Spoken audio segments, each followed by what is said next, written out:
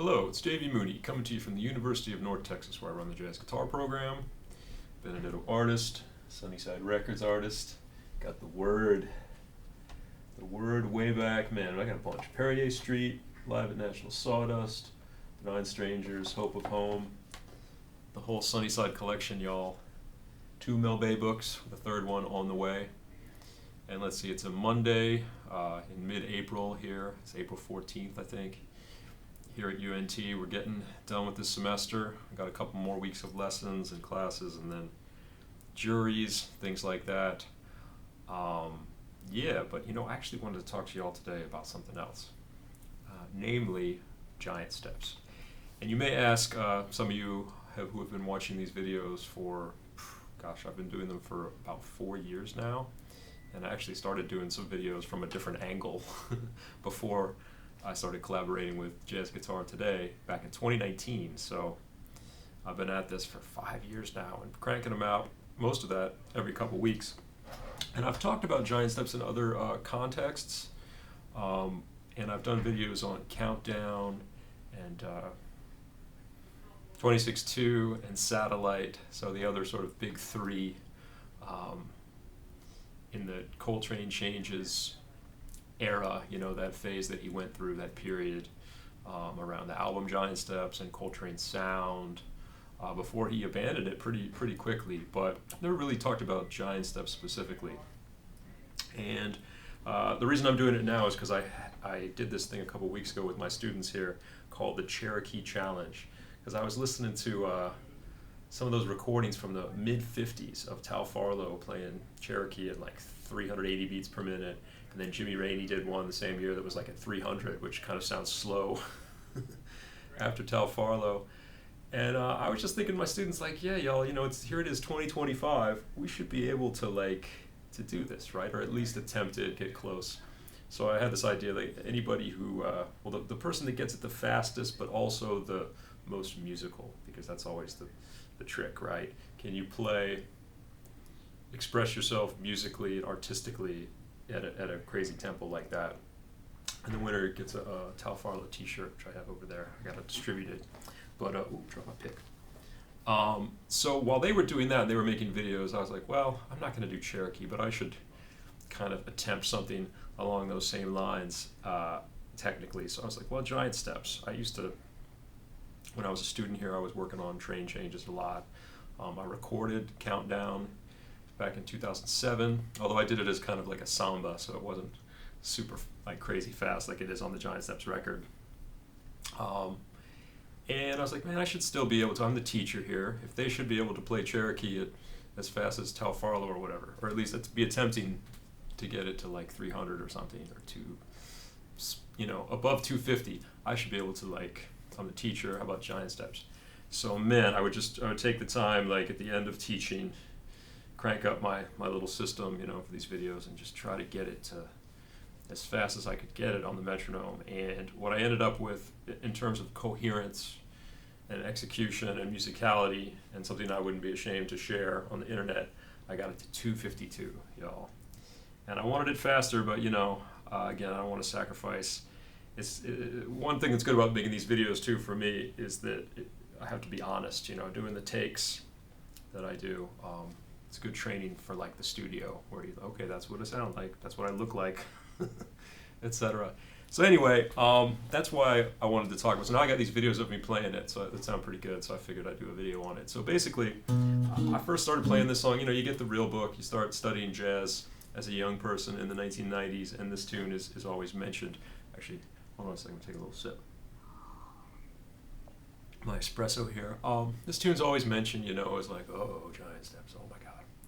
And you flip in the real book and you see it in there, and it looks so simple on the page, especially in the old original real books, just half note melody, with some syncopated anticipations. And, you start messing with it, and really honestly, at this point, as I was saying, the challenge, the song is hard, obviously, but it's really the tempo. It's about trying to get through it, think fast enough to be musical, and not kind of get behind the changes, which I think happens to me a lot. And you know that original, I mean, I bet it's like 280, 290 or something like that. It's not as fast as Countdown.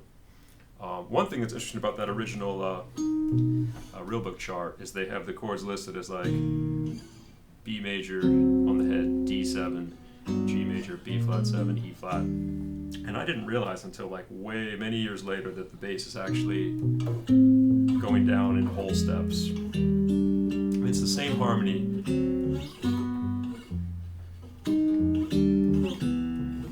but the bass line is like a whole tone thing.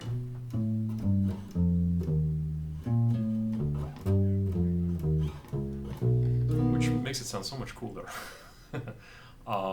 So I try to, when I'm playing it with students, lesson, I try to recreate that on my instrument.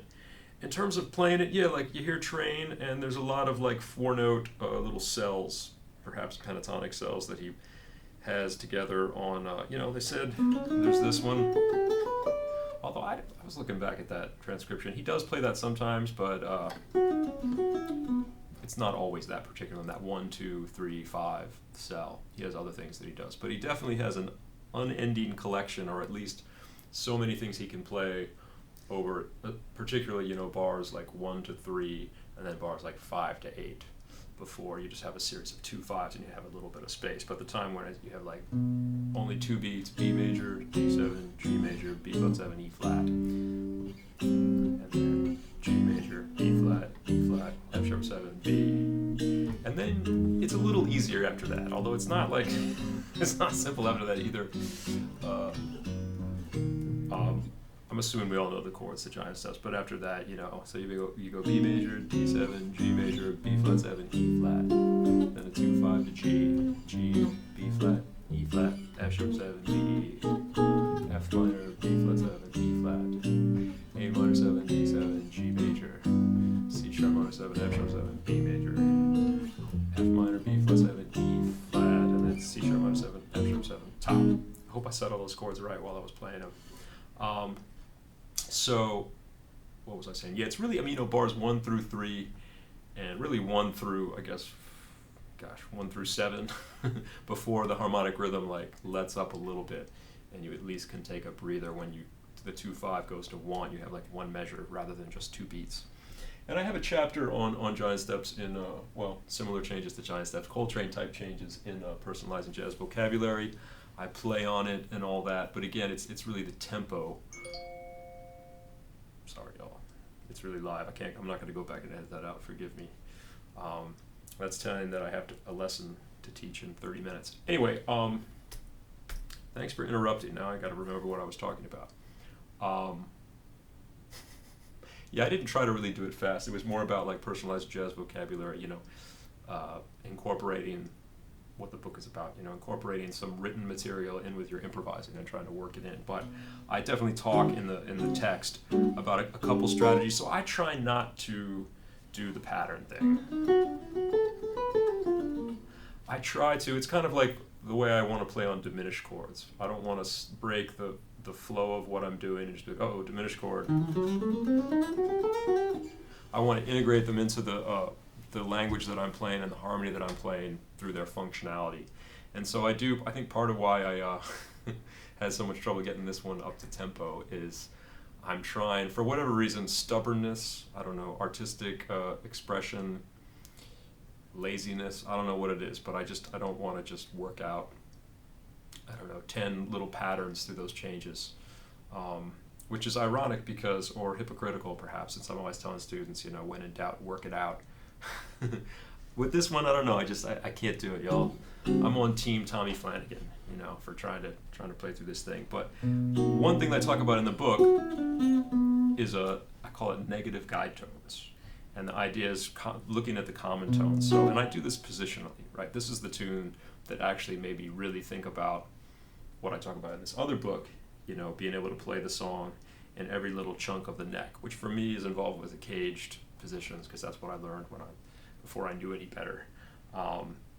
But within that, so if I'm here, if I have, B major, D7, G major 7, B flat 7, E flat major, I'm really, to a certain extent, I'm looking at, okay, if I start went F sharp.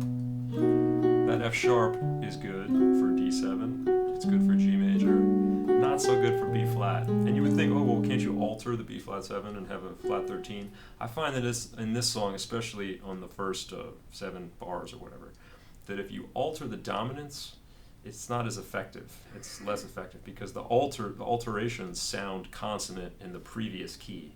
So you don't really get that differentiation and tension and release that you think you're going to get, because something to do with the fact that the keys are going by in major thirds, right? B major, G major, E flat major. So back to this. So if I start on that F sharp, I can make that sort of like my pivot note almost.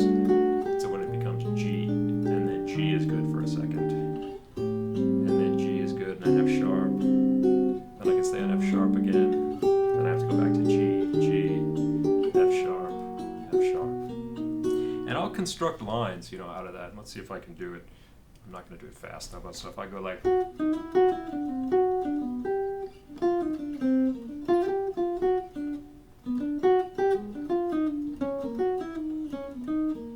So I'm not just playing that note, but I'm sort of basing what I'm doing around that little common tone that then moves up as a guide tone, rather than thinking, okay, the thirds and sevens, which would be the actual guide tones or whatever, that are changing all the time. I'm not thinking so much about that. And part of it's like an aesthetic choice of the chords are already moving so much. I sort of want to make my improvisation sound like it's moving less. Whereas if I were playing a really simple song, I might do a lot more substitutions and make things sound more complicated. So I could do that. What if I started on the major 7? It would kind of be like of the B chord. So I would say, like, what is it? A sharp, B for the D7, B, A sharp, B flat, B flat, B, A sharp, A sharp. Let's play B flat, right? A sharp again. Right? If I start on the third, let's say, I can do D sharp, D, D, D, D, D. Okay, D works for a while, huh? D, until it doesn't right here. D is nice because it works through G major and E flat major. It just doesn't work in the key of B. So, that's kind of part of what I do. So.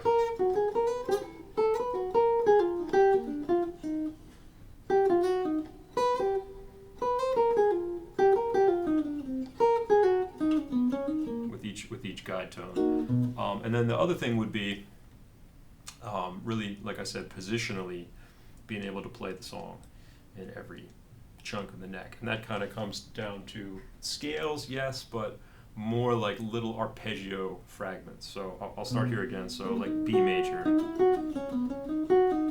Here's D7. G major 7.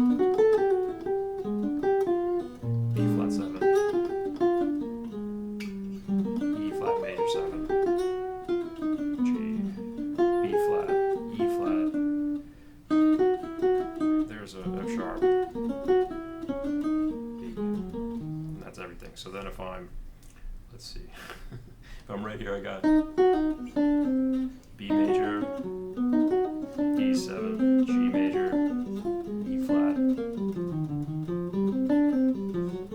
G, E flat, F sharp 7. I might cheat and go down here because it's kind of awkward for F sharp 7, B, right, and then let's see, I already did that. What about right in here? So here's B, D7, G major, B flat 7, E flat, G, E flat. Sorry, B flat 7, E flat, F sharp 7 to B. So I have the same little shapes in every area of the neck. The order of them will change though, right? So then here we got B. Let's see. It's not easy, y'all. Like I feel like I know it, and then I'm like, whoa. So you had B major, D7, or this could be D7, like a little A minor shape.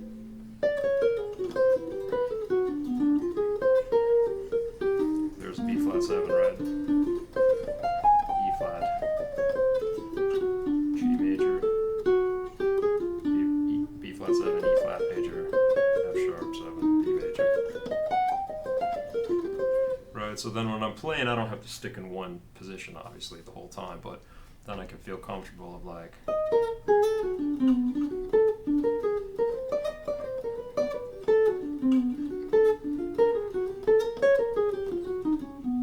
here I can go.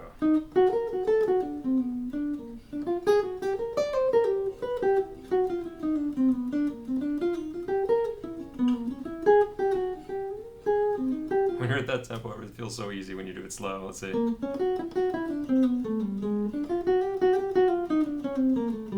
This shape this already needs work for me. Yeah, that's a little different because I got B major. Let's see, where's my B major there? I guess it's still this one, and then down to D7, G, B flat, E flat,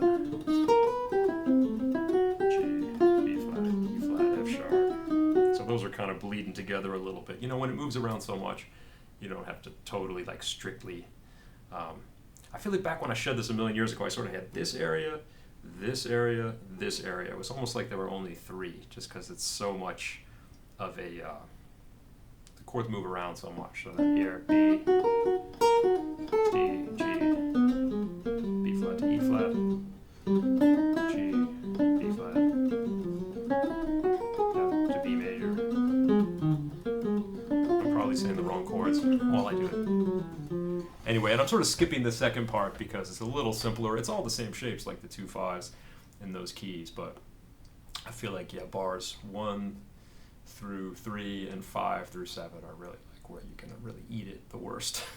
And another thing, there's a really cool video, I've mentioned this several times in videos, that Barry Harris does at his, you could Google it or search for it on YouTube, like Barry Harris Giant Steps, where he talks about like kind of anticipating the dominance. Like he says that like when you start on B major, the D7, you have to go to D7 after one beat.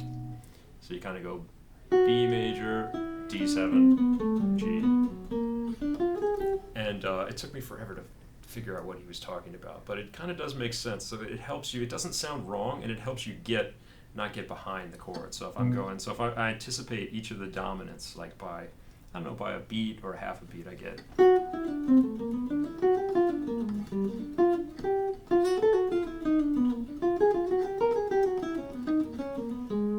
Still sounds like giant steps, but I was playing like 1 beat of B, 3 beats of D7, 1 beat of G, 3 beats of B flat 7. And again, it doesn't seem that bad the way I'm playing eighth notes right now, because if you clocked them, I'd probably be about like 180 beats per minute instead of 280 beats per minute, which is, you know, the tempo of Trane. Metheny has that version on one of the live trio records where he kind of does it as a bossa and plays it in a slower tempo. But that's kind of why I think some people just shy away from this song. Also because the melody sounds kind of goofy if you do it too slow. You really want that da, da, da, ga, ga. Another version that I really love that you can find only on YouTube, unfortunately it's not streaming, but the Steve Masakowski Live at Snug Harbor version with Jason Marsalis and Bill Huntington is really cool because he plays, it's fast. It's faster than I got. And yeah, he just plays so musically. He doesn't play, I mean, he plays his language because he is who he is, but he doesn't play like patterns per se. So anyway, that's my take on it. You know, this is the song that gets us all in the end. Even Trane, right? He kind of gave up on it after probably like way less years than I've been working on it. Although I don't work on it as obsessively as he does. But like I said, I'm just happy I was able to crank out 252. So here it is. Hope you enjoy it. Giant Steps.